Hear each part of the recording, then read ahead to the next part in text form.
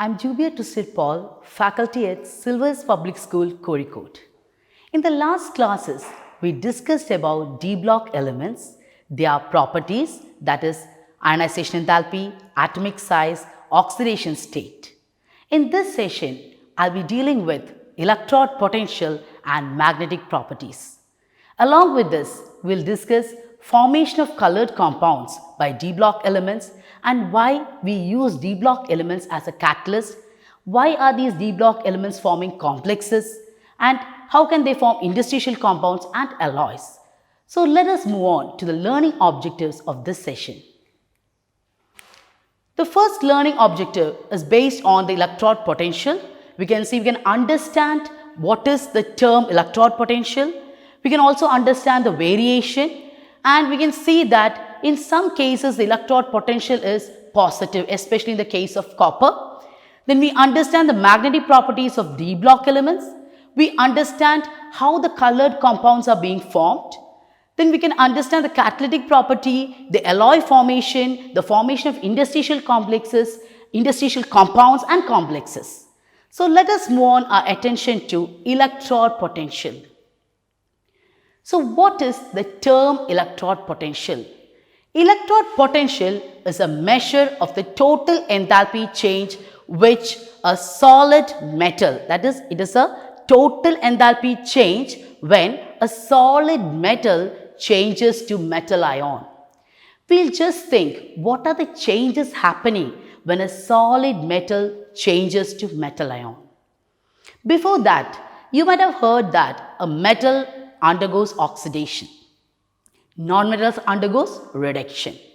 So metals always have a tendency to give electrons and non-metals to gain electrons.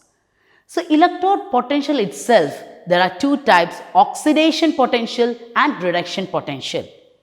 Oxidation potential for a metal, it will be positive, whereas reduction potential for a metal will be negative. If the electrode potential based on reduction potential of a metal is more negative, we tell that the metal is highly reactive, it is a good reducing agent. So in D block session, we are going to deal with the electrode potential based on reduction. So reduction means it's always gain of electrons. So we'll discuss here how Mn+, that is a metal in the ion state, gains electrons, changes back to a metal. So we'll see what are the energies needed, because we have told here that's the total enthalpy change. So what are the changes or what are the energy needed for a metal which is in solid to become a metal ion? A metal in a solid, it should surely change into a gaseous state, because we know reaction happens very easily in the gaseous manner. So from a solid, it should change into a gas. So what is the enthalpy needed? It is nothing but a sublimation enthalpy. Now after that, in the gaseous state, it will surely very easily gives the electrons. So what is the energy needed to take the electron from the metal? The energy needed is ionization enthalpy. As we know, both sublimation as well as ionization enthalpy is the energy needed. So it is always a positive term. Now we know that we do the reaction in aqueous media. So from this metal ion gaseous state, it should be converted into aqueous. In order to change to aqueous, the energy needed is hydration enthalpy. But hydration enthalpy is the energy liberated. So it is a negative term.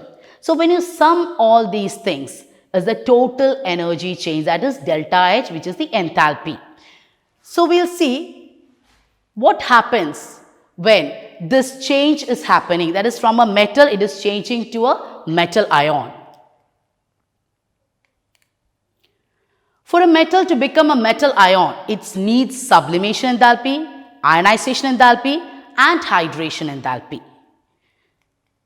You can see here a metal solid changes to a gas to a metal ion, and then to a metal ion in aqueous media. So we know the three enthalpies here: sublimation, ionization, hydration.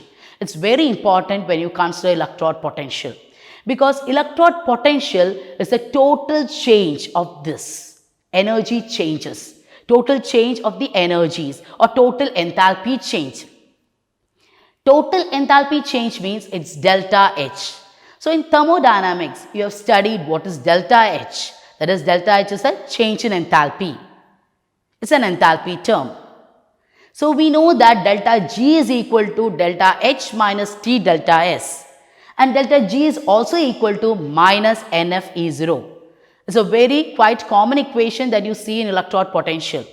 So you can make a relation between delta H and E0. So when you tell here, when you add this delta H together, all the total energy changes together, if you get a negative value, the E0 will be also negative, and we tell that the metal is a good reducing agent. Now we'll understand how can we make the delta H to be negative. What is the criteria?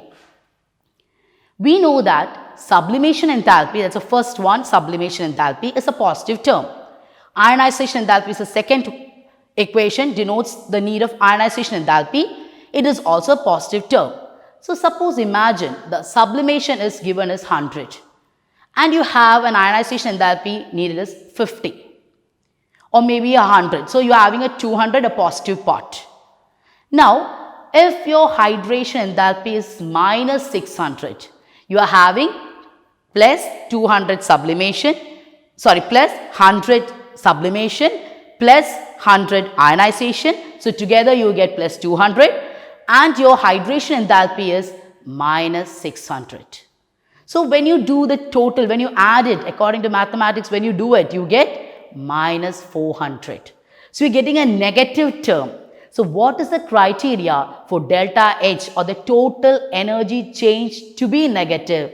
The hydration enthalpy should overcome ionization as well as sublimation. We'll just see. Electrode potential is a measure of total energy change, that is sublimation plus ionization plus hydration. So what is the criteria for it to be negative? E0 value can be very low, that is E0 value can be more negative when hydration enthalpy overcomes ionization and sublimation enthalpy. It's a very important point. Only by understanding this, we can explain all the different trends when we move on the 3D series. Because 3D series, a lot of elements are there. We expect they are all good metals, but we will see what are the variations. Now, based on this E0 value, we can also tell the stability of the oxidation state. What is a stability? An stability means they are stable. In that oxidation state, the metal ion is stable. So how can you tell the stability based on this E0 value? If the E0 value is more negative, this is in case of metal based on reduction potential. When the E0 value is more negative, what happens? The oxidation state of that metal will be stable. We'll do this and explain this with an example. Smaller the value of total energy change for a particular oxidation state in aqueous media, greater will the stability of that oxidation state. Now, what does this statement means? Just take an example. If you're considering Mn plus, that's an ion, bar M, this is how you write the reduction potential. We write the reduction potential in the manner Mn plus bar M. Here M is a transition metal. So from this we are telling that E0 is very low. Very low in the sense it is more negative. If it is more negative, what do you understand? If it is more negative, it tells us that Mn plus, that is the metal or the ion you have written, that is generally it will be an ion, the ion written in the left hand side. You are having the right hand side and the left hand side, isn't it? So whichever the ion is written in the left hand side will be stable. We'll go explain this with one example. For example, you are taking Mn2 plus bar Mn. E0 value is minus 1.18. You are comparing it with Mn3 plus bar Mn2 plus. E0 value is 1.58. Now just see, the E0 value given is different. What all things can you infer from this? We can tell that the couple which is given with minus E0 value can be undergoing a good reducing agent. It is based on reduction potential, we are telling it's a good reducing agent. Why? Because it is having a negative value. And we can also tell that the stability, we surely tell Mn2 plus is a stable form. Just imagine what was the electronic configuration of Mn? Argon 3d5 4s2. Mn2 plus means it is argon 3d5. What does it mean? In 3d5 it is having R full stability. Now the statement what we know and what we are explaining here is both correct. So this is how you explain the stability of the oxidation state based on the E0 value. Usually for the board exam, hot questions, that is higher order thinking questions, are asked from this session. We can have direct questions as well as higher order thinking questions. This question what I given here is actually a higher order thinking question. They have given you only the reduction potential and they ask you which ion is stable. This can be explained based on the concept explained. So E0 value for Mn2 plus bar Mn is low. So we tell that Mn2 plus is more stable. Now we are going to explain the different trends that we observe in the electrode potential value of the 3D series. From the beginning of all the sessions, I have told that the 3D is important. Electronic configuration of 3D, the atomic size variation of 3D, these are things we are explaining. So electrode potential also we are explaining based on the 3D series. Now when we move from your scandium to sedent, it's told that there was a variation or no regular trend is observed. Why? We know that when we move from scandium to sedent, atomic size is not having a regular trend. There is variation. There is variation in ionization enthalpy. So surely there will be a variation of electrode potential. Why is that variation? Because electrode potential depends upon ionization enthalpy and the size of the atom, because we are explaining sublimation, we are explaining ionization and the hydration enthalpy. We know that hydration enthalpy depends upon the size of the atom. Now we are telling that E0 value becomes less negative across the 3D series. Now generally you consider S block elements, for example calcium. It's found that the E0 value of calcium is minus 2.8. Why is it like that? Minus 2.8, it's a good metal, it's a good reducing agent. But when you see the E0 value of Mn, it is minus 1.18. When you read Sedent, the E0 value of Sedent, that is the reduction potential of Sedent 2 plus bar Sedent, is minus 0.76. So the statement is correct. It is when you move from your 3D series, the electrode, that is E0 value, electrode potential value becomes less negative. It is because when you move, there is an increase in the first, second ionization enthalpy. We have explained ionization enthalpy in the earlier sessions. There we have told that there is a change, there is a variation, and that is being affected here. Because we are moving along the period. When we move along the period, what happens? Size is decreasing. When size decreases, what happens? Ionization enthalpy increases. Now, what is the criteria for us to have the E0 negative? The hydration enthalpy should overcome ionization enthalpy and sublimation. So, if the ionization enthalpy is very large, highly positive, can this hydration enthalpy overcome it? No. Or it will overcome, but it will be having only a very small negative value. That is the reason why calcium is having minus 2.8 volt, whereas your Sedent 2 plus bar Sedent will be minus 0.76. Now we are going to compare. We will compare most of the 3D series elements with, for example, we can compare copper E0 value with nickel, Sedent, Mn, etc. And here we will be explaining the first point that we go with. When we compare the E0 value of Zn2 plus bar Zn and Mn2 plus bar Mn, it is found that Zn2 plus bar Zn, the E0 value is minus 0.76. Mn2 plus bar Mn, the E0 value is minus 1.18. From it's very clear that the E0 value is more negative for Mn2 plus bar Mn. Why is it like that? This is because the ionization enthalpy of Zn is very high. Zn2 plus means it's completely filled, and you know that the ionization enthalpy, it depends even on the size, the ionization enthalpy is slightly higher.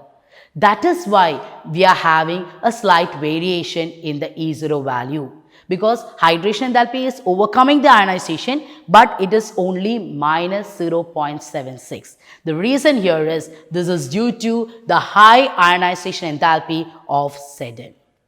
Now we can compare the E0 value of Zn2 plus bar Zn and copper 2 plus bar copper. All these questions what we discuss here, the points are actually higher order thinking questions based on electrode potential. Now the comparison is based on Zn2 plus bar Zn and copper 2 plus bar copper. When you see the value, it's totally different, because Zn2 plus bar Zn, we know it is minus 0.76 volt. But copper 2 plus bar copper, it is positive 0.34. Why is it positive? From our explanation, we know that to be negative, hydration enthalpy should overcome ionization and sublimation. So what is happening in the case of copper? Hydration enthalpy cannot compensate. Hydration enthalpy cannot compensate the second ionization enthalpy of copper. That is why it is positive when you compare with other transition metals. Because you are comparing with the other transition metals, all the other transition metals are having minus 1 point, minus 0 point. But in case of copper, it is positive. It's totally different. The reactivity and all of copper is different. We know that. How it reacts with in the reactivity series. We know that copper comes after hydrogen. The E0 value of copper is positive. It's a very important point. It is because the Zn2 plus bar Zn has a low E0 value than copper 2 plus bar copper, because the enthalpy of atomization of Zn is very low. That is one point. When you consider Zn, the enthalpy of atomization is low, but enthalpy of ionization enthalpy is high. That is when you discuss with Mn. Here we are comparing with copper. When you compare with copper, remember, we are telling that Zn has little more or low enthalpy of atomization, and so its hydration enthalpy overcomes. We can tell based on Zn like this, or you can explain it based on copper. Copper's hydration enthalpy cannot compensate. That's very simple. Both explanations are correct. Now we are going to compare the E0 value of Zn2 plus bar Zn, Mn2 plus bar Mn, nickel 2 plus bar nickel. All of them are having a negative value than expected. We expect a negative value, but we get more negative than expected. The reason here is, when you take Mn, 2 plus bar Mn, it is because Mn2 plus is having completely filled or half filled. It is having completely filled, not completely, it is having half full stability, isn't it? When you compare, that is, electronic configuration is very important. So based on electronic configuration, we know that Mn is argon 3d5 4s2. Mn2 plus means 3d5. So it is half full stability. So here in this case, Mn2 plus bar Mn, it has an half full stability. But in the case of Zn2 plus bar Zn, Zn2 plus bar, what do you mean by Zn2 plus? It is having 3d10. So you have more negative E0 value because of the stable nature of Mn2 plus and Zn2 plus. But in case of nickel, why is it having? Nickel 2 plus means is 3d8. But still the E0 value is more negative. This is because the hydration enthalpy of nickel, because smaller the size, the hydration enthalpy will be more negative. So the hydration enthalpy overcomes or compensate the second ionization enthalpy of nickel, or the hydration enthalpy is more negative. In case of Mn2 plus bar Mn, the E0 value is more negative than expected due to the stable half-filled electronic configuration.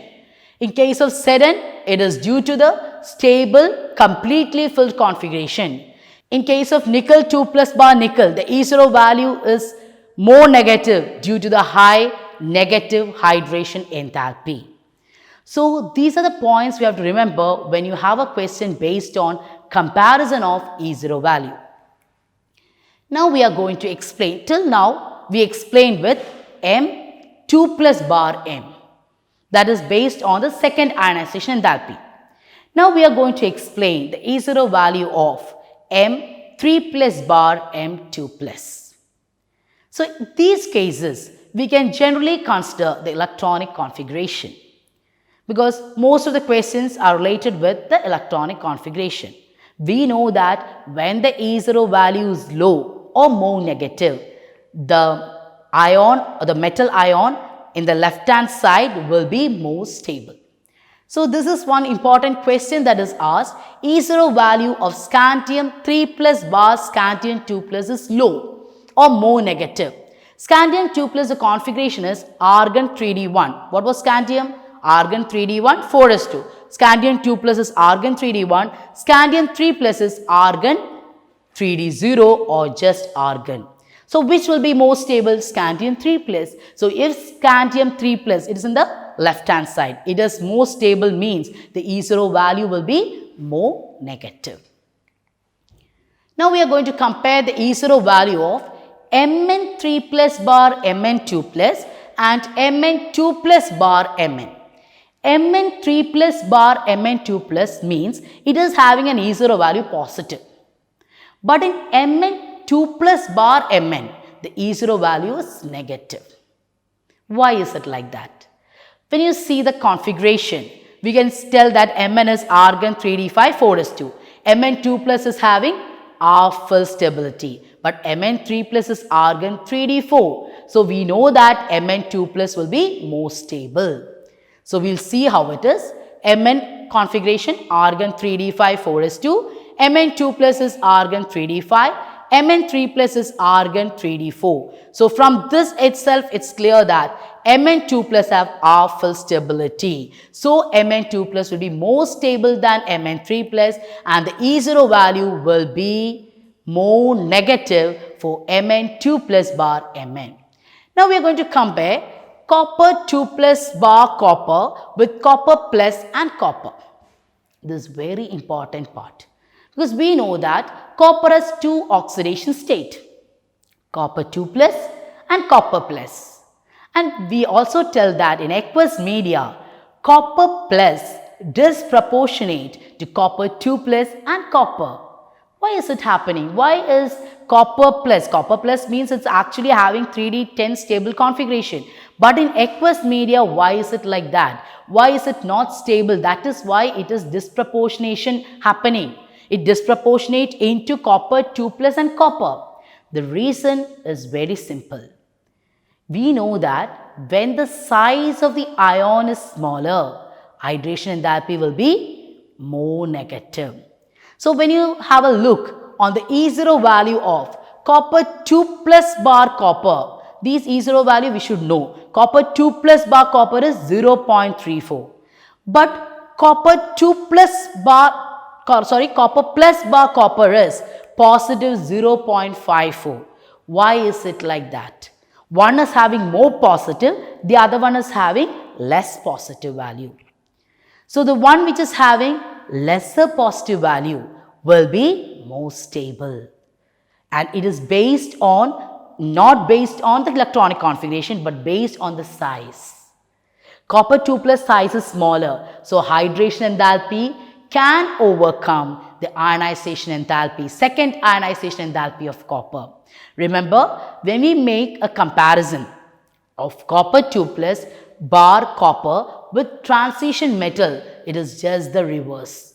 You are making a configuration, or you are making a explanation based on copper 2 plus bar copper with transition metal, the E0 value will be positive. We are considering the E0 value of copper 2 plus to be positive. Why? There the hydration enthalpy of copper 2 plus cannot compensate. But now the comparison is different. You are comparing copper 2 plus bar copper with copper plus bar copper. In that case, we find that the E0 value is low for copper 2 plus bar copper. That is because you are comparing copper plus and copper 2 plus. In the other case, we compared copper plus and transition metal. When you compare copper 2 plus with copper plus, we are taking the E0 value of both the cases. We found that the E0 value of copper 2 plus bar copper is low. The reason is the hydration enthalpy of copper 2 plus can compensate the second ionization enthalpy. And because of this same reason, copper plus disproportionate in aqueous solutions, or in solutions, it disproportionate.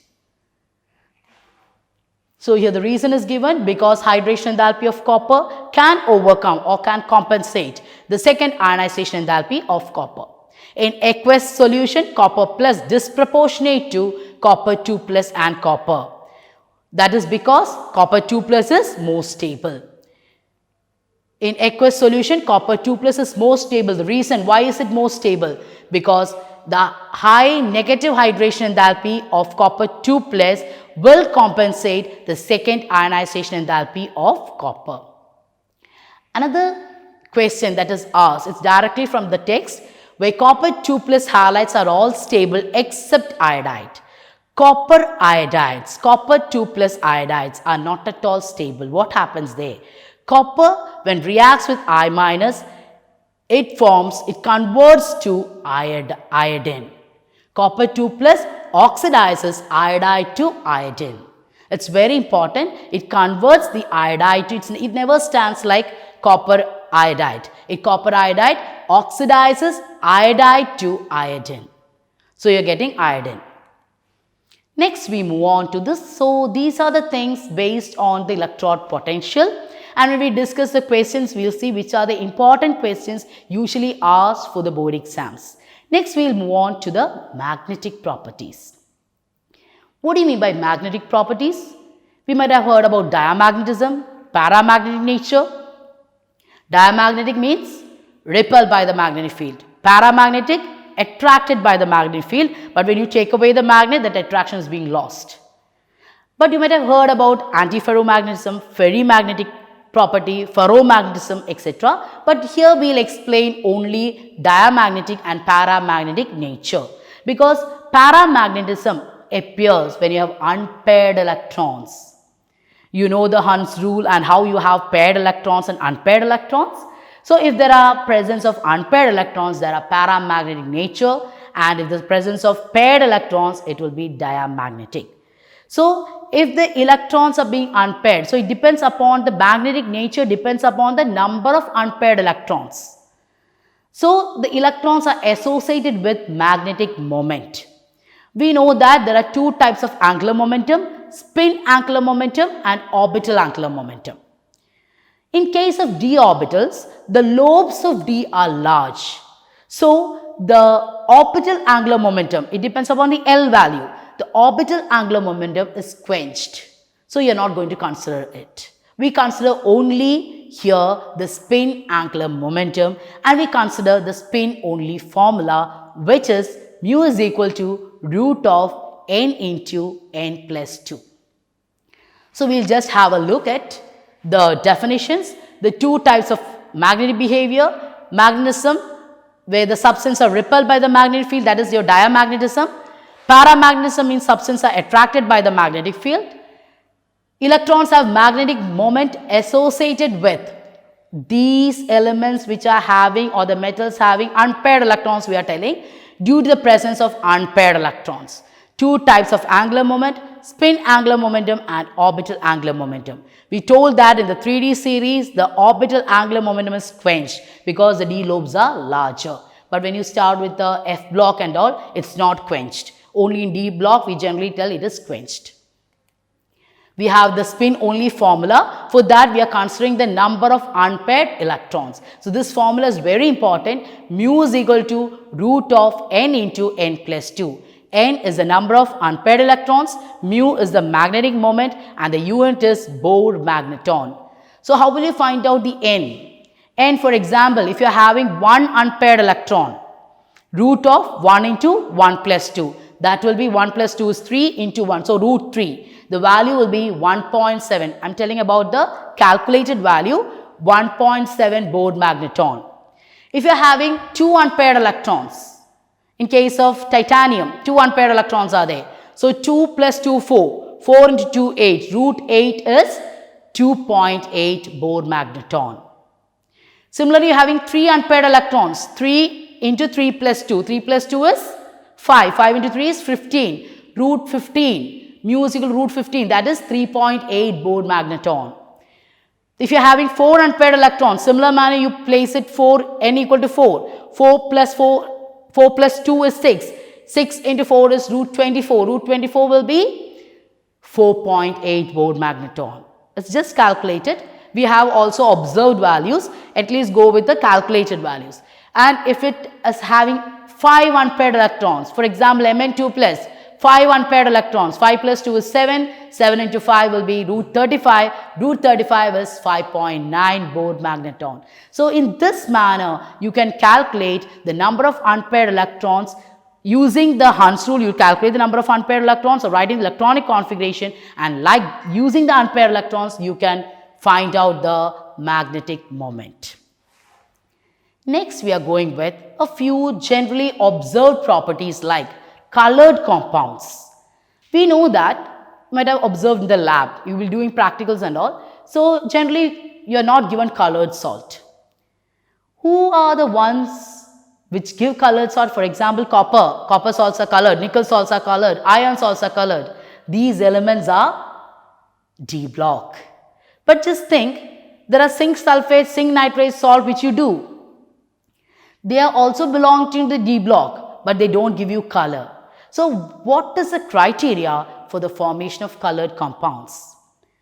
Here it can be explained in a manner like, you are having a metal. A ligand or an anion or a neutral molecule is approaching this metal. When the ligand or the anion is approaching the metal moves from a lower state to a higher state. That means, what is this metal? Metal is a D block element. D block means there are 5 orbitals. Earlier, all the 5 orbitals are now in the degenerate state. Which are the 5 orbitals? dxy, xz, dyz, dz square, dx square minus y square. All of them are in the degenerate level. But when a ligand approaches, they splits. They splits into 2 levels, one with the lower energy and the other with the higher energy. If it is undergoing octahedral splitting, the lower energy will be T2G and higher energy will be Eg. Now, in this splitting manner, we can tell that when they split like this, there is a possibility for a transition. From lower energy, can't the electrons get excited? We generally tell that a color is observed when you make a thermal, that is when you take a salt, make a paste, show it to a flame. Make a paste with HCl, show it to a flame, the flame has a color. We know that alkaline earth metals will give you color with the flame. They are used in flame photometry. What was the idea there? The outermost electron, when you give thermal energy or when they are irradiated, what happens? Electrons get excited and they come back to their original ground state from the excited state by emitting radiations which they are already absorbed. That radiations will be in the visible region. The same thing will be happening here. There will be a transition which we call it as a DD transition. So, we will see how it is explained. When a ligand approaches a metal ion, the d orbital splits into T2G and Eg. This is the splitting of d orbitals. Just see, you are having the d orbitals which are all degenerate level. When the ligand approaches, they are just moving to a higher energy and they splits. From the lower energy, they just shift to a higher energy and it splits. It splits into T2G and EG. So if there are unpaired electrons, the main criteria is there should be unpaired electrons. If there is unpaired electron, if it's completely paired, there cannot be transition. Transition is not at all possible. If it's D10, for example, Seren 2 plus is D10. There is no vacant place for any electron to move. So there should be at least one electron unpaired. There should be a presence of D9 means there's one electron is standing unpaired.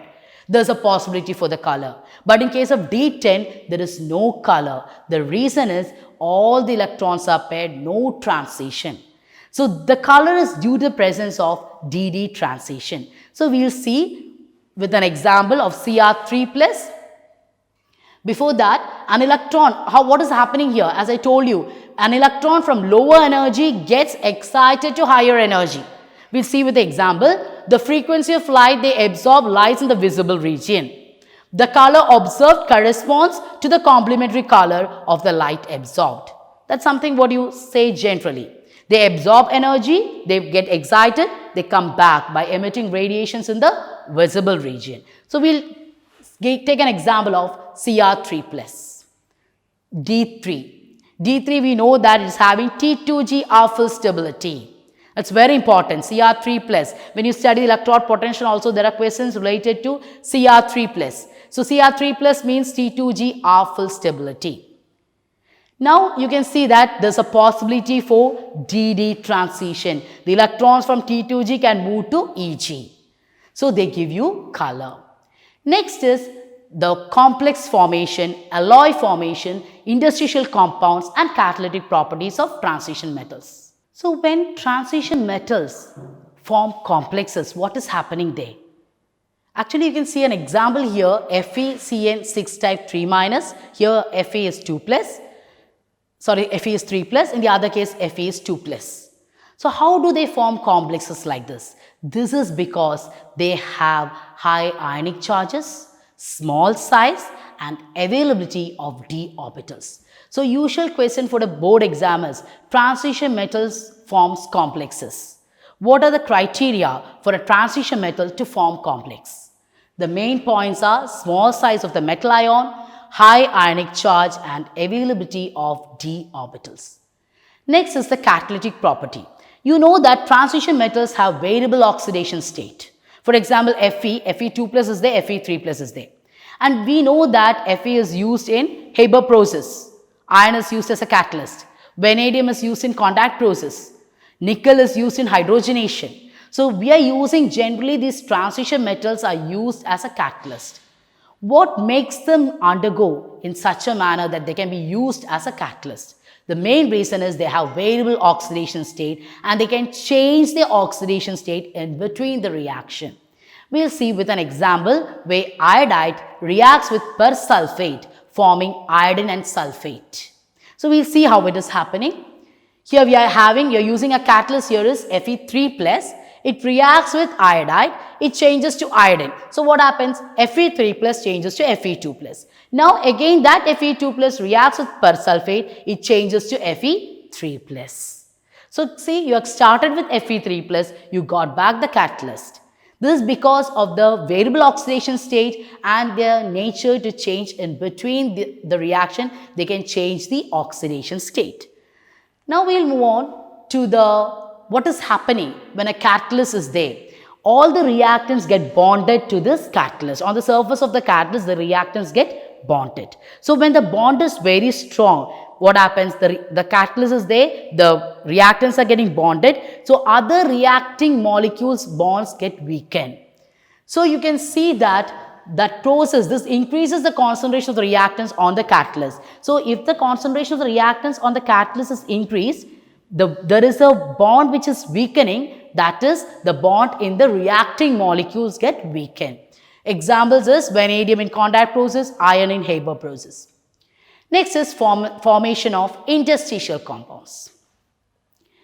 How do they form interstitial? Interstitial means something is getting inside a void spaces. Transition metals have a lot of void space in them. We studied about hydrides in class 11, which we call as non-stoichiometric hydrides or interstitial hydrides. Why we studied? What was the explanation there? We studied there because we are studying different types of hydrides. In that, transition metals have a lot of vacant spaces and small atoms like hydrogen, carbon, nitrogen get trapped inside it. So when the atoms get trapped inside such spaces, you call it as interstitial compounds. And these interstitial compounds have some properties, like they are very hard, they have high melting point, they are chemically inert, they don't lose their conducting nature. If they are good metals, even though they change into the interstitial compounds, they have the conducting nature of the parent metal. So these are the properties of interstitial compounds formed by transition metals. That is, they have high melting point, they are very hard, they retain the metallic conductivity, they are chemically inert. Now we'll move on to the last topic, that is alloy formation. Transition metals forms alloys. This is because transition metals are smaller in size and most of them will be similar. That is how they form alloys. Good examples for alloy formation are brass, bronze. Very important. Brass is copper sedan and bronze is copper tin. So it's very important part. The examples for alloy.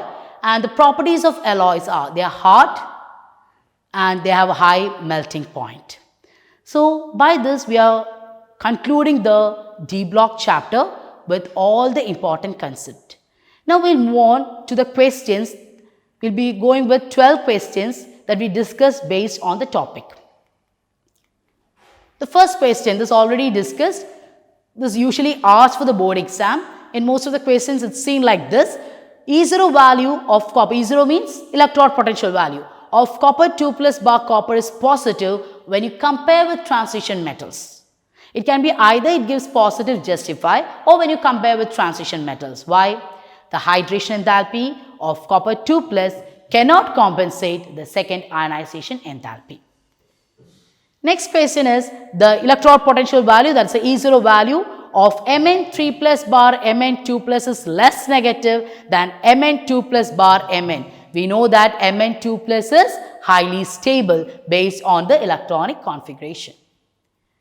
Similar manner question, E0 value of Fe3 plus bar Fe2 plus is low. Low means E0 value nearer to a negative value or more negative. This is because Fe3 plus is having the configuration argon 3d5. Whereas Fe2 plus is argon 3d6. So who will be stable? Surely Fe3 plus will be stable. Next we will move on to the next question. The E0 value of Sedan 2 plus bar Sedan, Mn2 plus bar Mn and nickel 2 plus bar nickel. It is a comparison. This question can be asked in any manner. Why do you expect a more negative value for a nickel 2 plus bar nickel alone? Or a comparison question where we are comparing all the three and we are telling that they all are more negative. Here the comparison means we are not comparing them with each other. We are just telling them that they are having more negative E0 value. The reason is Sedan 2 plus Mn2 plus are stable configuration. Nickel 2 plus high negative E0 value. For D block questions, for inorganic chemistry, the point is important. So to score good marks, you should know the correct point what should be written. In aqueous solution, very important question, copper plus is not stable disproportionate. Why? This is because copper 2 plus is more stable than copper plus. Because in case of copper 2 plus, the hydration enthalpy can compensate second ionization enthalpy. Or you can tell that copper plus hydration enthalpy cannot compensate. So it's very important and you have to write the equation where copper plus dissociate to copper 2 plus and copper. Now this is to calculate the magnetic moment of Mn2 plus Cu2 plus scandium 3 plus. Here we write the equation mu is equal to root of n into n plus 2. For Mn2 plus n will be equal to 5. So it will be root of 35. It will be 5.9 Bohr magneton. In copper 2 plus, the number of unpaired electron is just 3d9, you are getting 1 electron. So 1 into 1 plus 2, that is 3. So root 3 will be it is having only 1 electron, isn't it? So it will be 1.7 Bohr magneton. And scandium 3 plus, can you tell the E0, can you tell the mu value, magnetic moment value? It doesn't have unpaired electron, no magnetic property. Now, copper 2 plus form colored compounds. Yeah, it is D9. One electron is unpaired. So, there will be DD transition. Electrons can move from T2G to EG level. So, there is a DD transition. Which of the following shows colored compounds? You are having scandium, Mn and Seren. Scandium, no electrons. Seren also, there is no completely filled electrons. In scandium 3 plus, it is no d electrons, whereas in Seren 2 plus, there is completely filled. So, only Mn shows colored compounds. D block elements form complexes. Why? Why do they form complexes? Because they are very small in size. There is availability of d orbitals and high ionic charges. The transition metals form alloys. Why? Because of their similar size. They can be exchanged between one, or they can be placed together because of their similar size. 11th question, explain the properties of interstitial compounds. Very hard. High melting point. They retain their metallic conductivity and they are chemically inert. Explain the catalytic property of transition metal. You have to first tell that they have a catalytic nature because they can change the oxidation state in between the reaction and they have variable oxidation state. And you can explain the answer by using the reaction of Fe3 plus catalyst in the reaction with I minus with persulfate. So, by this, the questions based on this session is over. So, we have gone with the explanation of electrode potential, that is electrode potential along the 3D series, their variation, why some of them are having positive electrode potential. Then we explain the magnetic properties, the color of the compounds by DD transitions. Then we have explained catalytic properties, the formation of interstitial compounds, complexes and alloys. So, hope that this session you might have understood the points that I have discussed.